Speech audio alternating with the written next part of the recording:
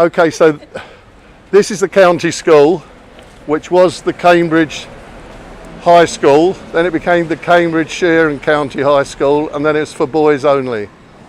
When I came here, the headmaster was a guy called Eagling, and obviously Eagling, he was referred to as the Beak.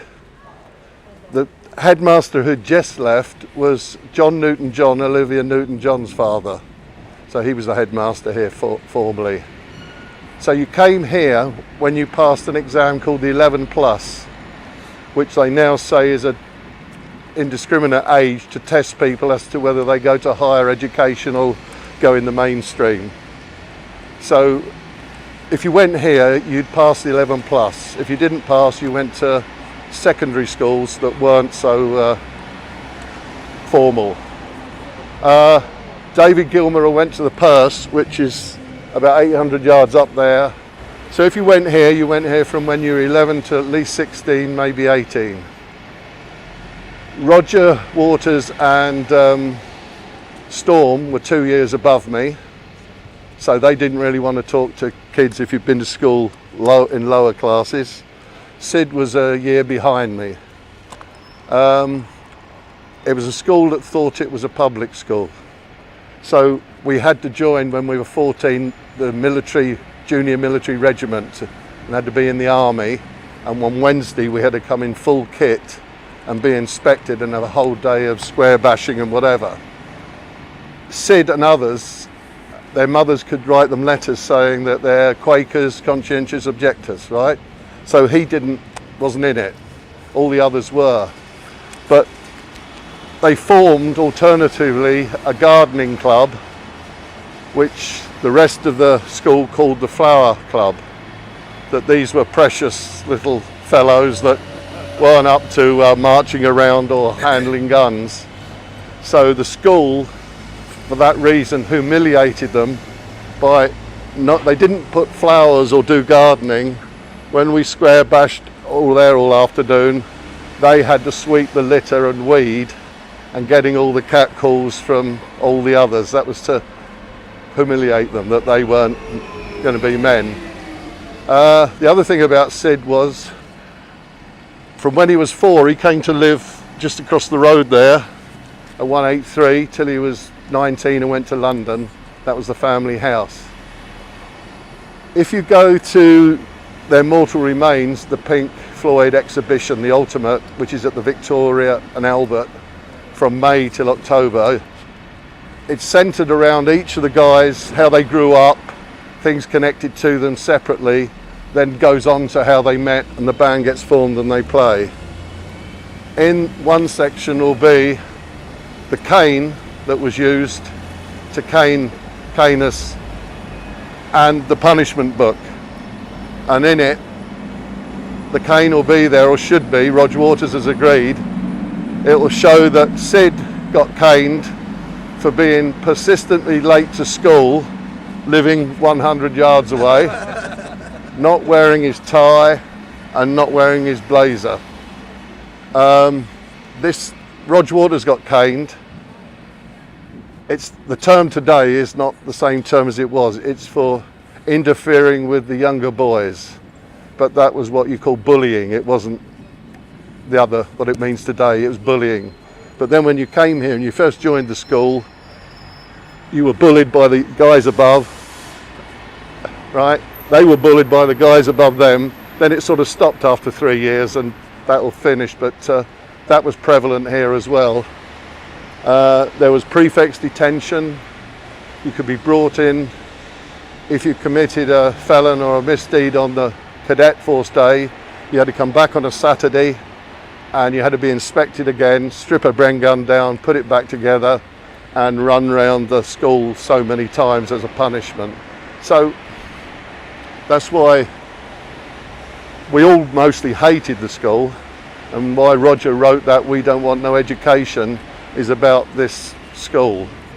But all the interesting musicians and people from Cambridge, most of them went here, and they've all got sort of really extrovert, strong personalities, characters.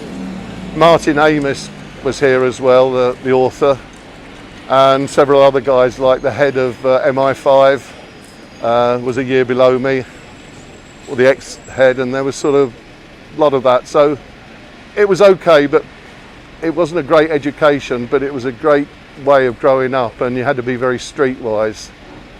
So there was lots of little scams we had going. There was a bookmakers here, so 4 of us used to put on the younger boys' bets because you had to be 18, and we'd take 10% of the winnings. And then if you had got 100 lines, because you mustn't do this, you mustn't do that, a guy would give you, let's say, £1, and a younger guy, you'd give him 50p, he'd write them, and then the older boy would hand them in. No one looked at him, he just said, yeah, right, in the bin. So there was lots of that went on to try and crack the system, to try and break the mould of being regimented into what they wanted us to be. So when we were here at the school, in 1959, can you hold that, Stephen? This was a school photo taken of the whole school in that particular year, 1959. So here you can see that's Syd there at 13 years old, circled. So that's Syd, if you want to pass it round. That's the ever miserable Storm Thorgerson.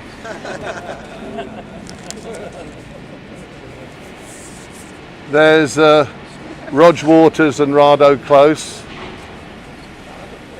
And then there's Syd there. I haven't circled him, another couple of years on at the school. Anyway, here we've got guys from, Mark is from Wales, Jenny's from Cambridge. Now the special thing about Jenny is, are you listening, Jenny? She's not listening. You don't want to listen, do you? Jenny in the early 60s was the only girl drummer in a rock band in Cambridge, and she was known as the rock chick drummer, and she's in bands all over, and no other girls were playing drums in those days. Greg's arrived from a mine shaft in Canada where he has no idea where he is. He sent me 4 emails asking me where we meet, then one asking where the time was, then asking me, telling me he'd found the location, and then a 4th one saying no he hadn't. And he's been here 2 or 3 times before. You're English but from Russia? Yeah. And you're? She's Russian? She's from Siberia, yeah. You're from Sweden with a lady here. Peter, you're from England somewhere? Derbyshire. These 2 guys busking and touring. They're from New York City. They brought their guitars and they're going to be playing a gig tomorrow night at a pub nearby for an hour, Earl of Beaconsfield. The rest are all Italians, masses of them. Apart from Jimmy Mickelson there, who's from Folsom, California. He flew in from San Francisco yesterday. Huh? Now the other thing you should know is, now the connection is, my connection is that in here, Sorry, where are we now? where are we now? God, you guys. I'm glad you were well enough to come, I need you. So my connection is I was at the school. The school had its own scout troop. Normally scout troops are, the members are from the area, but there were so many Boy Scouts in this school they had their own scout troop. So that's 1958. So my other connection is, that's me and that's Syd. We're in the same scout troop as well. How was he as a scout? I don't think any of us are that great. That's where he first started being called Syd, because he was a great mimic. You know, he could impersonate famous people off the TV and films. And there was a Australian comedian in Carry On films called Syd James. So he did this impersonation and the boys started calling him Syd. And it was only later when there was a band here called the Riverside 7 that the bass player was called Syd Barrett, that Syd put the Y in. But this old guy used to get phone calls in the middle of the night, particularly from Americans who've gone through directory inquiries, and they're saying, "Is that Syd Barrett?" "Yeah." "How you doing, Syd?" And this went on for months like that. So then, of course, so Stephen here,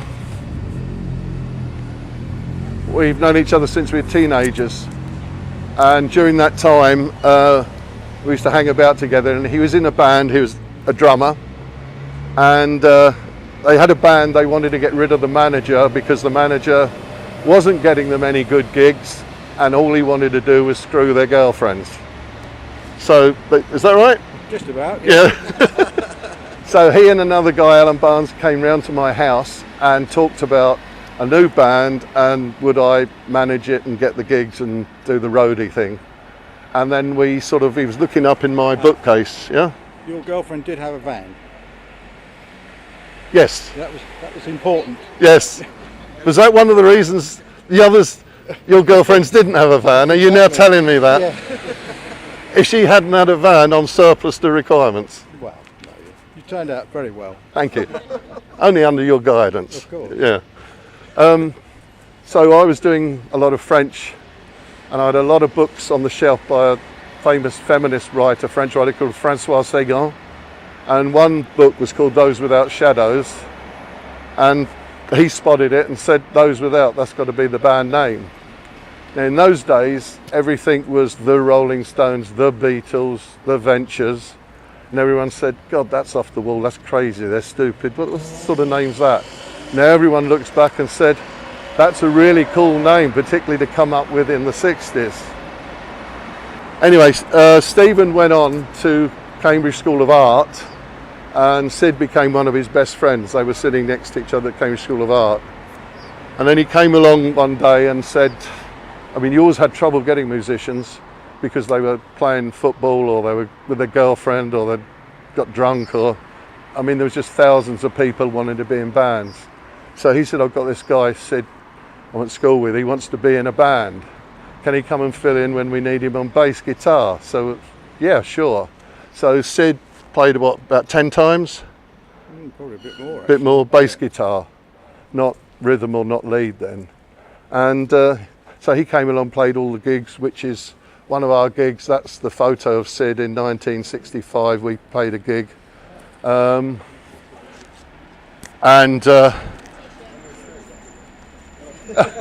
God, you are the most useless model. You need more catwalk training. Catwalk training, rather. Anyway, when then this photo's it's been in all the books. That one. So that's when Steve's sister got married, and the reception was held at your parents' house. Yeah. He was a pastor or a vicar or a... He was president of a college, very small college. Theological college. Yeah. So the reception was played there, so that's part of Those Without. That's Steve here, Smudge, and that's Syd there. So that makes his connection. Why we were asked to start the tours is because we've got the credibility, because we were there, rather than we're a blue badge guide that we're telling you stuff that happened and we're reading from a script or whatever. So we don't need that script. So we were there, so it's from us.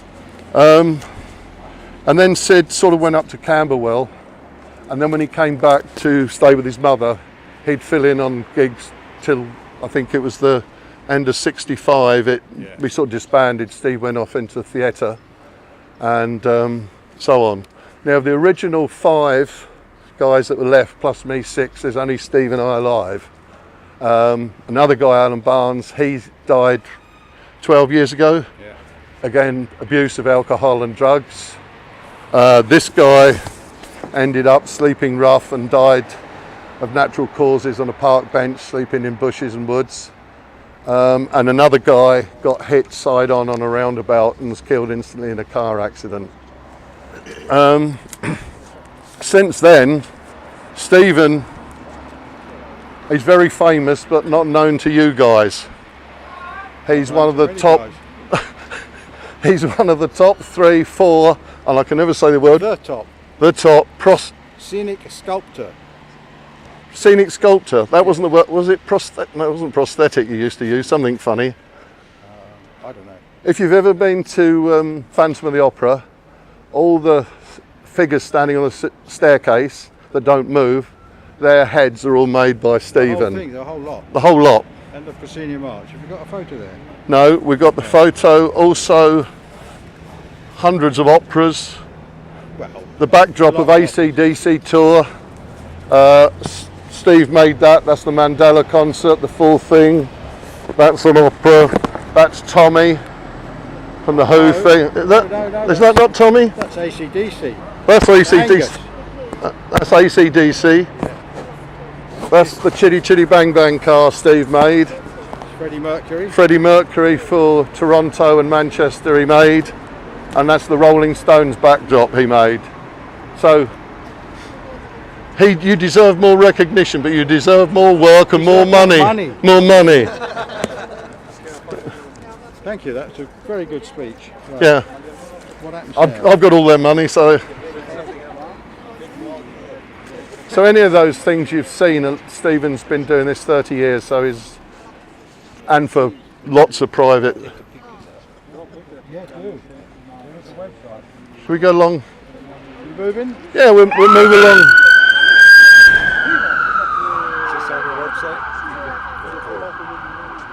Yeah, they print off that well. Shall we move along this way, yeah? Yeah.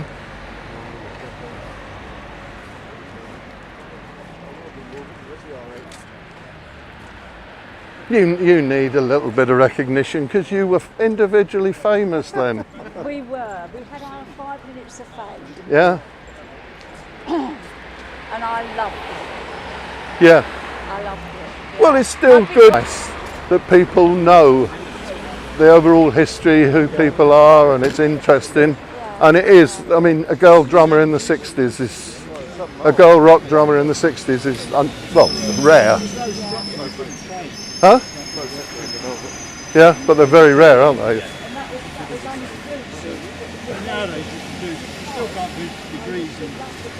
Come and give a small talk about the Saturday morning School of Painting at Homerton College. 15, we both had ambitions to go to the Cambridge School of Art. We both arrogantly thought we would just walk into there, which luckily we did. So there were Saturday morning drawing and painting classes in this college, and that's where we first met. We both, attended these classes and became friends. Well, David Gilmour also attended this Saturday. I don't. No, but you're different slight ages. Roger Waters did. Yeah, no, I was different. Gilmour must have been after us, and Roger Waters must have been before us. All right. So when Syd goes to Camberwell and he's living in London, he decides to form a band, and I think they had various names like the Ad-Dabs, Leonard's Lodgers, because of the name of the landlord where they lived, and then the Tea Set. And with the Tea Set, with the connections, he came back and played at Homerton May Ball. So he played, there was Rado Close was on lead, Roger was on bass, Rado Close played with those without a couple of times. Yeah. Probably when Syd wasn't playing. Yeah. And then Chris Dennis is in the Royal Air Force was the singer. Yeah. And they played here, but he called it then, he was nearing it, it was called the Pink Floyd Set. But Rado Close, who is a fantastic guitarist, is more a jazz guitarist, and he didn't like the route it was going to psychedelia, so he pulled out. You'll see early photos of a blonde guy with a big mop of blonde hair, Rado Close, in the books and whatever. So those Syd is born at 60 Glisson Road, and he's delivered at home by his father, who was a pathologist at the University and Addenbrooke's Hospital. But when he's 4, the family needed a bigger house because there's then 5 of them. So they moved here to 183, and 183 here is the house he lived here till he was about 19. And it was here that from the school, all the guys who played in bands and other guys at Gilmour, we regularly went over there, played in the cellars. There was always 10, 20 guys over there playing different instruments, so and so. There's Ricky Wills from Foreigner, and all sorts of people made it, but we can go over there. Well, we'll let these next two go, yeah? Let's put a little of excitement into their lives. They might get run over. Yeah, this is where Rosemary used to live, all the Barrett family. Yeah, we're going in.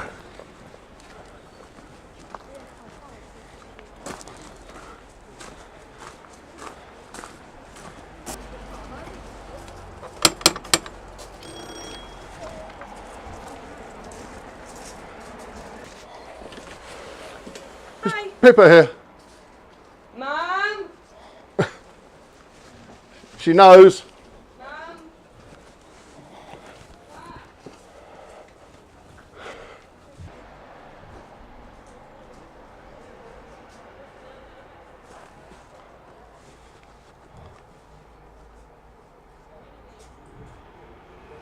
Come through the back though. Yeah. Maybe. I'll lock the dog up because otherwise she'll have a go at you. Yeah, there's one from Canada, from New York, San Francisco, 7 from Italy, 2 from Sweden. This is a big moment. It's like going to that pilgrimage point in Portugal. Or whatever. I don't want to go and look down the cellar where he actually stayed. Yeah. Hi. Right. This is where he stayed, down in the cellar here, where he played, whatever. Down there, yeah. Alright, I'll just kick those all out of the way. You just go that way. There you go. Are you coming with us, or is the garden changed, or?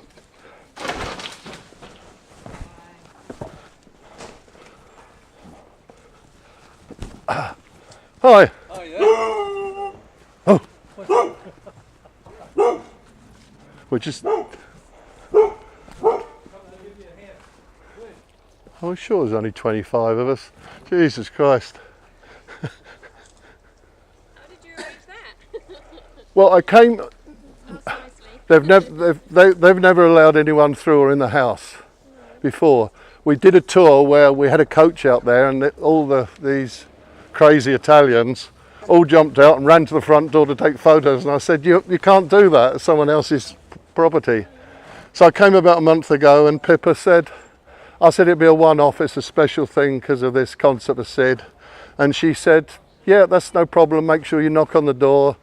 If maybe you can come through and come into the garden if you just want to see it. But all these pictures you see in the books are taken here in the garden of Syd and his sister and the family, and sort of him with that.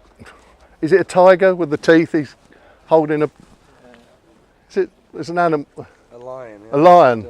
A big painting. A big painting of a lion, isn't it? He stands there, you see in the book. So they're all taken in here. So anyway, I said to Pippa it'll just be 5-10 minutes and one off, and she said, yeah, great. You're the first person who's actually ever come around and asked permission. You know, so I said, well, that's great. So this is where Syd was from when he was 4 till he was 18, 19. This is where he lived, and with all the family lived here, and that basement door is where he lived downstairs, where we all went and jammed and tried to learn to play different instruments and etc, etc. So has it changed much? well, without going through their rooms, I don't know, but she said, I don't want you to go to the basement. She said the basement's a total mess. How about the garden area here? Well, it's got to have changed, isn't it? I mean, any person who takes a garden is going to probably, but I mean, all the mature trees would have been here, you know, from then, you know, and I think if you take photos of foliage or something, you'll probably be able to find photos. You might be able to match something up you're seeing here. That tree. Yeah, or something like that, whatever, yeah. But, yeah.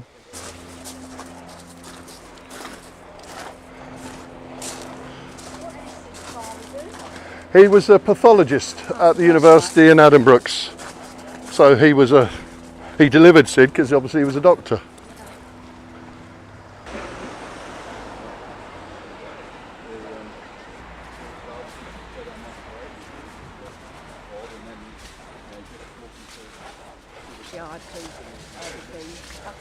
Do you know what I mean? When you see the whole face light up. Anyone want an apple? Help yourself.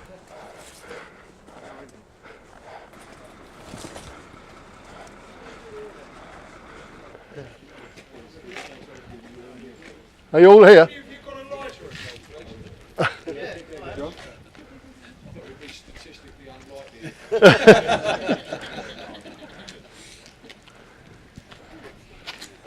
Right, this is the Waters house. This is Roger Waters, where he grew up. So he and his brother John still lives here. John Waters, his elder brother. The father was killed at Anzio in 1944.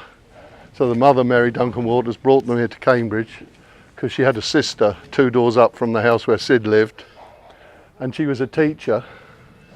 And she taught both Roger and her son and Syd around the corner here, which was the Morley Junior School.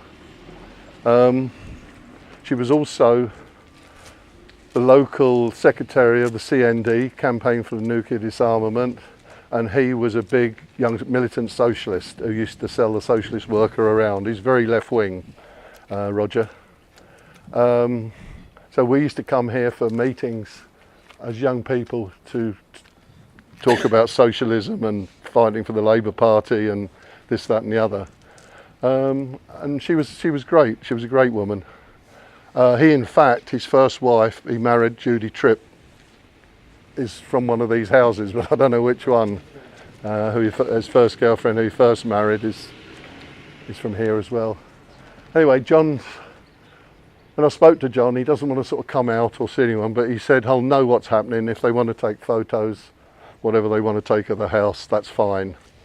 But when you meet him, he's not like, you know, you sort of think, I'm meeting the brother of a rock and roll star, but he's, hello, nice to see you. He's more like a Cambridge academic, you know. He's sort of a nice guy, but he's very quiet and whatever. But this is the house where Roger would have lived till he was 18, 19 as well, from probably, I can't remember, so probably when he was 1, 2 years old, he lived in this house. Where next? We'll go around to Hartington Grove. Okay. Yeah. We were saying it's all in this area. People come to Cambridge looking for the history of Floyd and where they were, and they go to the city centre. There's not really anything there. The connections are all at this end.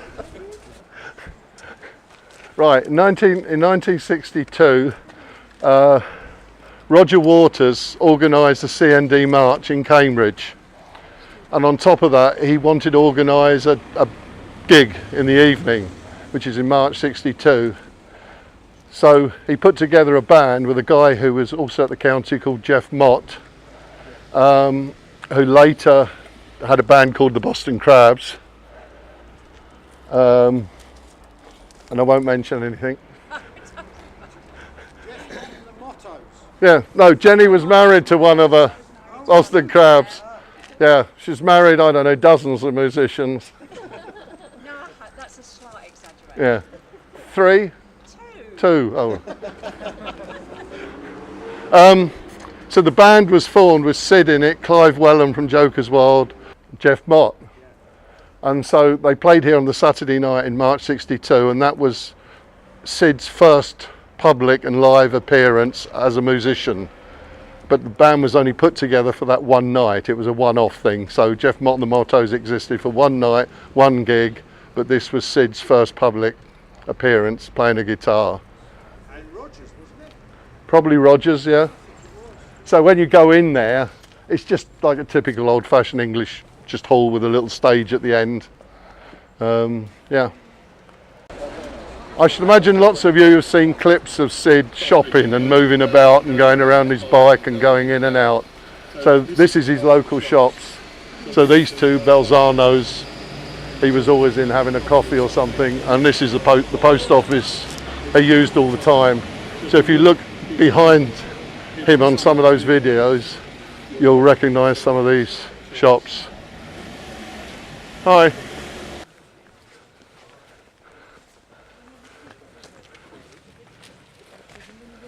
That's where, when Syd came back from London, his mother had moved here, Winnie.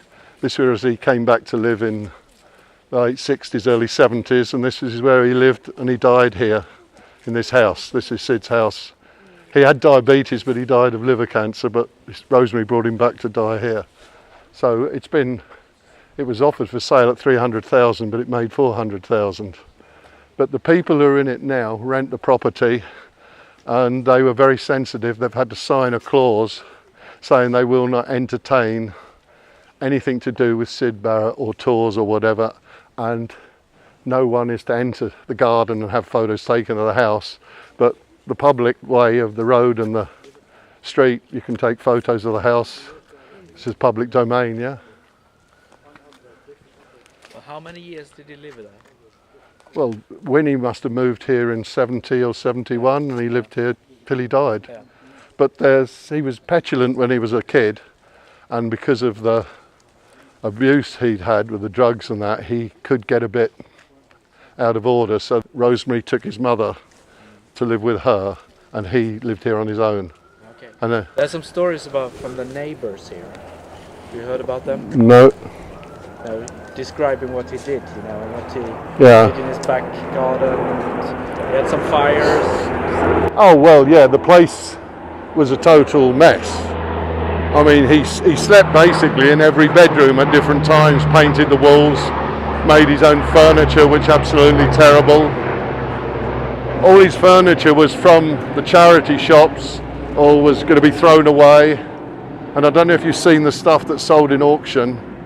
I mean, it's ridiculous. There was a Woolworths plastic Christmas tree, went for £900. A £10 Spanish guitar he got from the Salvation Army sold for £1,500 because he touched it. Or I read that the neighbors said that he did a lot of paintings. yes, he only When did paint. finished, he set fire to them. He burnt a lot of them. Also, he dropped the name Syd. He was never called Syd again. He just put Roger Barrett. And he used to cycle along here to Sainsbury's, to the supermarket for his shopping.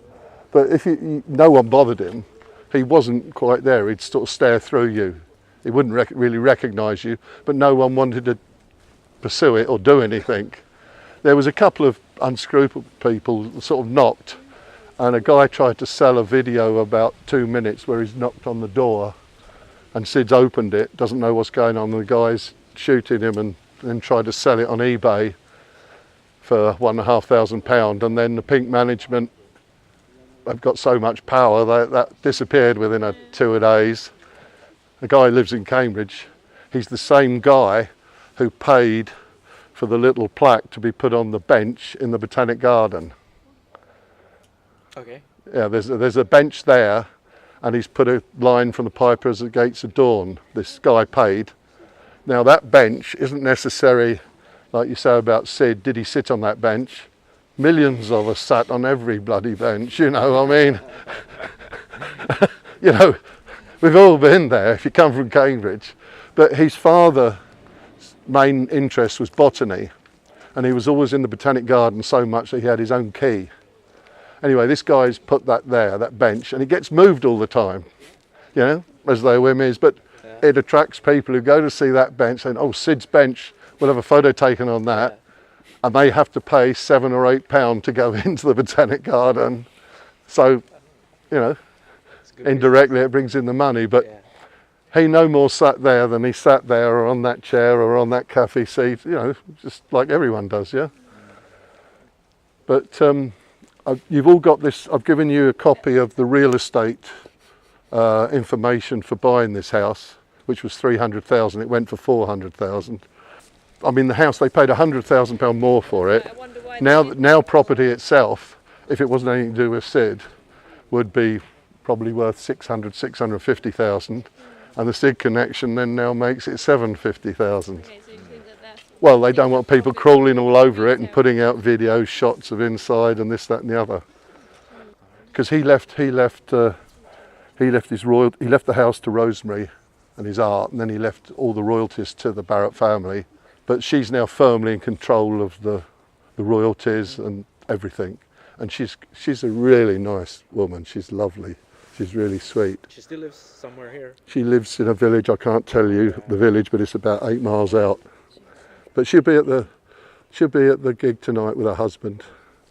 And then last night, if you were here, we went in the Eagle. Graham Coxon's here with his wife and kid from Blur. He's a great Syd fan. But you'll see him. You might recognise him if you know Blur well. But he's wearing his glasses and he's got a beard. But he was in the Eagle last night with his family.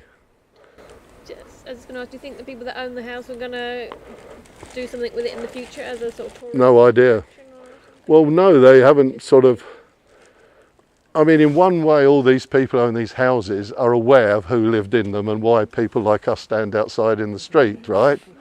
Now, some people might get, oh, can you go away, you're a bloody nuisance, so as long as you behave, you're not. But they're also aware the house they have will fetch, if they sell it, £100,000 more than it should do because of that connection. You know, and, I mean, look at the money Elvis Presley's place makes. Billions, doesn't it? All that, doesn't it? All these. But people who come to Cambridge to see where Pink Floyd came from or what they did, actually, generally, they may have read about places, but very few come to this little niche, which is basically where the foundation of Pink Floyd is. Yeah. I mean, Steve was at the Cambridge School of Art with Syd. Anyway, they used to go and have ice cream floaters. That was a Coca-Cola with a scoop of vanilla. David Gilmour, Barney, you, Syd. And what they used to do was to put the names together of black American rhythm and blues people. So that's why it's Pink Anderson and Floyd Council. But that was one of the names. So that was in his mind from the days in East Road when they all sat around. And 3 years ago, Clive Wellham, who was David's friend and drummer in Joker's Wild, died. And David came up for the funeral and the wake. And afterwards he said to Steve, I need to thank you, you're the guy who came up with the name Pink Floyd. And Steve said, did I? And I said, you're a bit slow there, you should have asked him for royalties. But, you know, that was really, yeah, it was possible. But, yeah. So, we'll head out to Grantchester. If we go to the end, talk, mingle, I'll order the transport, yeah? This you'll see in the real estate thing, this whole door's changed. It was a blue door. And it wasn't all sort of... Well, it was another colour. When I've been here once before. Yeah. It was kind of red. Well, you may have painted it different. Yeah.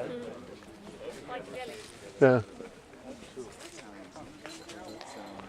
Yeah? Was that Lee that did the walk through there? Lee Woods? Sat down, cold iron hands, got the party of clowns outside. Rain falls in grey far away. Please, please, baby lemonade.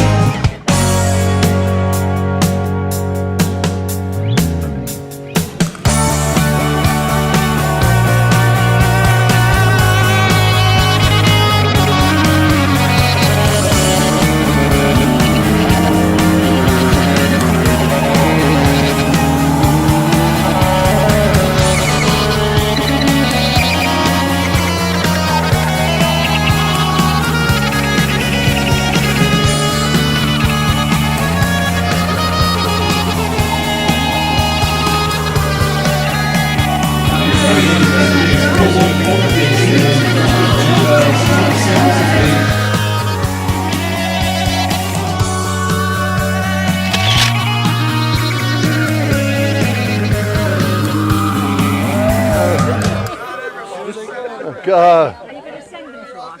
Yeah, if he gives me a PDF, I can forward them. That's all I can do. Whoops. Different, isn't it? It might have sounded a bit wrong at the start. Well, it's about really, isn't it? Not being people who weren't there or didn't know it, or all the little bits. Nice day, yeah? We're lucky with it, actually. You're lucky with the house, 183, and Peter Gilmour turning up. Mr. Gilmour, Take you through the is that meadows. a significant name? Yeah. Significant Gilmour? He's David's brother. Yeah, Yeah. Ah, right.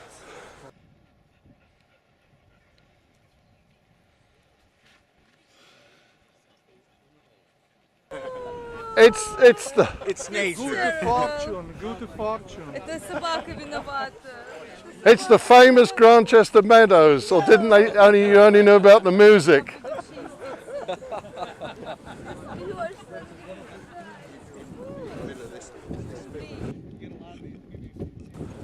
This tour will not be repeated. Normally, I mean, we're never getting 183 again. I said to Pippa, just the one anniversary. And Peter said, yeah, I'll come up early and walk through the meadows to the house, take the piss out of my brother. And so this is the river flows. This is what it's all about, the River Cam. And this is why David's from here. I'm sure this is because another tribute band have filmed down here doing a copy of this on Punch stuff. So this is the river flows. There's so many things to see. I've never even been there. So this is Grantchester. This is the river flows where he's made that album. Gilmour, the river flows. Okay. Gilmour brought out 2 or 3 years ago. Oh.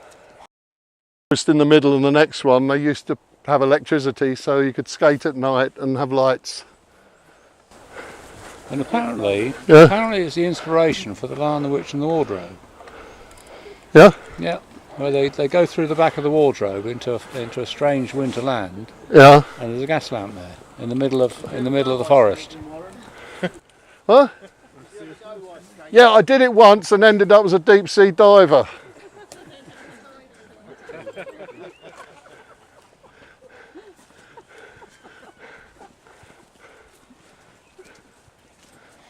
Did you hear him? This was where they did Nirvana and the Witch and the Wardrobe. This lost place was the skating rink. So they don't do it these days? No. Well, it's too much health and safety. And later on his head grew out to accommodate the size and uniform, his look. No answer, that's all right. I don't know, I don't think they're in, but there's no problem. The lady at the back said, yeah, it's fine. That's all been checked out. You allowed it? Yeah. Yeah, I was here. I spoke to them. Private owners? Yeah. And they're all right? Oh, they were pleased. Happy? Yeah. Right. But that wasn't there before. That's all new, isn't it? This is just that this wasn't when they lived here before and they sold it in '65. The Gilmours. This bit is all been added. Yeah. Yeah. You didn't go with them? That's right. Yeah. The youngest one went with them. Yeah. The other 3 of us stayed here. Did they stay in New York the whole time? Yeah. Did they visit frequently? Yeah, we visited, from time to time, and after a while they used to come over here every year, and they used to go to France. Because my dad was an academic, so he could. I've heard one of the greatest potatoes, right? For a baked potato, right? He engineered. He was a part of that. I don't remember that. You don't remember that? It was with food, wasn't it? Well, in his early career, he did work with potatoes. You're right. But I thought it's mainly disease prevention. Because he used to say he spent the war years, Second World War, picking bugs off potatoes. As his job, he would do that. Yeah, he was a scientist. Well, I heard it's like the mice. And he started off as an agricultural scientist, but later he became an immunologist. I'm not sure what that trade is. Well, it's 2 things. One is cancer, where foreign, your cells go wrong, and it's your immune system. And the other is diseases, vaccines, that sort of thing. Did you follow in suit? Are you? I did do science, but not biological science. I did Physics? Yeah. Which, as you know, is closely connected with music. Well, yeah, and most everything. How about the dark matter? Well, where's that musical? I wouldn't say rap music really. Black holes and the like. Well, dark matter, they say it's a, they call it quintessence, but it's like the space between the physical You know, it's like the stuff, the glue of the universe, Yeah. kind of holds things separate, Yeah. you know, but sustains them. So there's this invisible matter, they believe. They call it dark matter. It's Okay, new okay. physics. I thought they'd given up on that in the 1700s. It's come around again. It's like a new. CBS Studios? No. No. That was not me.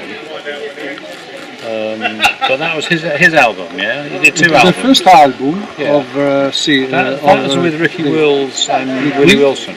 Yeah, I was on that. There's a video showing another guitarist playing Yeah. with David. Okay. Some people think it's you. Me? All right. It wasn't. What year was this? 80s? CBS 78. Studios 1978. 78. 5 songs, video songs. Yeah. Video. There's another guitarist. My younger brother did some work with David Ah, about that time. But where is on that? I don't know. ho capito. Another brother. Yeah, younger brother. 3 brothers. Yeah. We'll see, I'll see you for. I'm going to see you for drinks at 6 o'clock. Yes. Yeah. Inside. It's not a date. Right. No. But I just want you to know that I'm not able at my age to hold you up if you're going to the Red Bull as well now. Yeah, I got the muscles to hold you up. Well, you need to work some. You can carry me home later, dear.